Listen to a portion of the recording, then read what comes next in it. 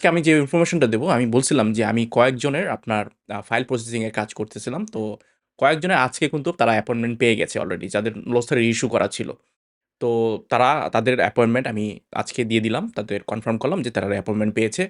ইনশাআল্লাহ তারা কিছুদিনের মধ্যেই তারা অ্যাপয়েন্টমেন্ট জমা দেবে। আর এক্সপেরিয়েন্স সার্টিফিকেটের জন্য তাদের আসলে ওয়েট করতে হইতেছে। এবং এক্সপেরিয়েন্স সার্টিফিকেটেও কাজটা আমি করে দেবো তাদের। তো যেহেতু আমি ফাইল প্রসেসিং এর কাজ নিয়েছি তাদের, তো ইনশাআল্লাহ তারা হয়তোবা কয়েকদিনের মধ্যে অ্যাপয়েন্টমেন্ট পেয়ে জমা দিয়ে ভিসাও পেয়ে যাবে। আর যে কথাটা আমি বলি ২৩-২৪ সালে যাই আপনারা নুলস্থ যদি পেয়ে থাকেন, যেটা ২৪ অক্টোবরের আগে আপনারা জানেন ওগুলা ব্লক করা হইছে।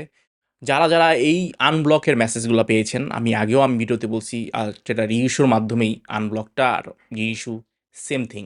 ঠিক আছে? আপনার আনব্লক যদি আপনার মেসেজটা এসে থাকে, তাহলে আপনি আমার সাথে যোগাযোগ করতে পারেন এবং খুব শীঘ্রই আপনার একটা টাইম লিমিটেশন অনুযায়ী আপনাকে অ্যাপয়েন্টমেন্ট নিয়ে দেওয়া যাবে। ঠিক আছে? ২৩-২৪ সালের কথা কি বলব? এখন রিইস্যু ছাড়া আপনার কোনোভাবেই ভিসা হওয়ার পসিবলিটি নাই। রিইস্যু বলতে ওই যে বললাম যে অ্যাসব্লকর যে আর কমিউনিকেশনটা আছে মালিকের এলআই পোর্টালে সেটা আসে। এখন আপনার মালিক যদি বলে বা মাধ্যম যদি বলে এলআই পোর্টালে আসলে তাদের কাছে অ্যাক্সেস নাই তাহলে কিন্তু বিরাট বড় প্রবলেমে পড়বেন। নুরস্থা আনব্লক হলে কিন্তু আপনার সাথে আপনার মেসেজ এসে পড়ে আপনার মালিকের এলআই পোর্টালে। এই যে আমি তাদের অ্যাপয়েন্টমেন্ট করে দিলাম আর হচ্ছে এটাই বাস্তব উদাহরণ। ঠিক আছে? আর আরেকটা কথা আমি বলি সেটা হচ্ছে যারা এই যে ১২ই জানুয়ারিতে আপনারা কৃষিক্ষেত্রে রিসিভুতার কথা বা রিসিভুতা পেয়েছেন তাদের একটা জিনিস মনে রাখবেন, তাদের কিন্তু রিসিভুতা পাওয়ার পরও মালিকের কাছে একটা প্যাক যাচ্ছে, কমিউনিকেশন যাচ্ছে। কমিউনিকেশনটা খুবই অদ্ভুত একটা কমিউনিকেশন। সেখানে লেখা আছে যে আপনি কোটার আন্ডারে পড়ছেন। তাহলে নিশ্চিত থাকেন যারা এইসব মেসেজ পেয়েছে, তো মোটামুটি বোঝা যায় যে যেহেতু কোটার আন্ডারে পড়ছে, আরেকটা কিছু প্রসেসিং পরেই ওখানে লেখা আছে যে ২০ থেকে ৬০ দিনের মধ্যে আপনার নুলস্থা বের হয়ে যাবে। এখন এখানে ২০ দিন হচ্ছে কাদের জন্য? ২০ দিন হচ্ছে যারা কৃষিক্ষেত্রে মনে হয় একেকজনের ক্ষেত্রে একেক টাইম দিতেছে।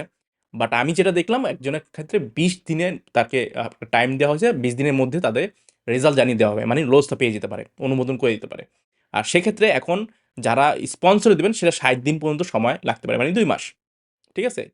তো ভালো দিক হচ্ছে এই যে এলআই পোর্টালে মালিকের কমিউনিকেশন আসতেছে এবং প্রত্যেকটা কমিউনিকেশন একটা সিস্টেমিক ওয়েতে আসতেছে।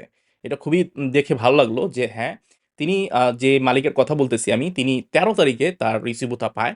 ঠিক আছে? আমি তো বলছি ২-৩ দিনের মধ্যেই রিসিভুতা পাওয়ার কথা। এখন আপনারা যারা এই যে বারবার আমাকে বলতেছেন যে, "ভাই আমার রিসিভুতা তো এখনো পাইতেছি না।" দেখেন, রিসিভুতা এখন যদি সিজনাল এ দিয়ে থাকে, তাহলে কৃষিতে দিয়ে থাকে তাহলে কিন্তু ২-৩ দিনের মধ্যেই পেয়ে যাওয়ার কথা। এখন যদি আপনার দেখা যাচ্ছে যে আরেকটা তো সিজনাল আছে যেটা ট্যুরিজম সেক্টরে রেস্টুরেন্টে হয়তোবা আপনার মালিক সেটাতে এপ্লাই করবে। সেই সিজনালে এপ্লাই করবে। তো সেজন্য আপনাকে এটা দিতেছে না। এছাড়া আর কোনো রিজন নাই কিন্তু। আর যারা কৃষিতে দিছেন এটা অবশ্যই ওই ৩ দিনের মধ্যেই পেয়ে যাওয়ার কথা। এখন তারা কেন দিতেছে না? এটা তারা জানে। হয়তোবা অনেকজন অনেক কমালিস্তা আছে এবং আপনার কাফ অফিস আছে সেখানে অনেকজন তো এপ্লাই করে একেকটা আইডি থেকে। শত স্পিড আইডি দিয়ে আপনার এইসব করা হয়। তো সেক্ষেত্রে খুঁজে পেতেও সমস্যা হয় বা অনেকজন ওয়েটিং এ রাখে। ঠিক আছে? আর যারা রিসিভুতা আমাকে বারবার পাঠাচ্ছেন, আমি ওই বলব যখন মেসেজটা করবেন তার মধ্যে একটা লিঙ্ক দেওয়া থাকে। ওই লিঙ্কটা অবশ্যই পড়ে নেবেন। তারপর আপনারা আসলে আমার সাথে যোগাযোগ করবেন রিসিভুতা চেকের ব্যাপারে।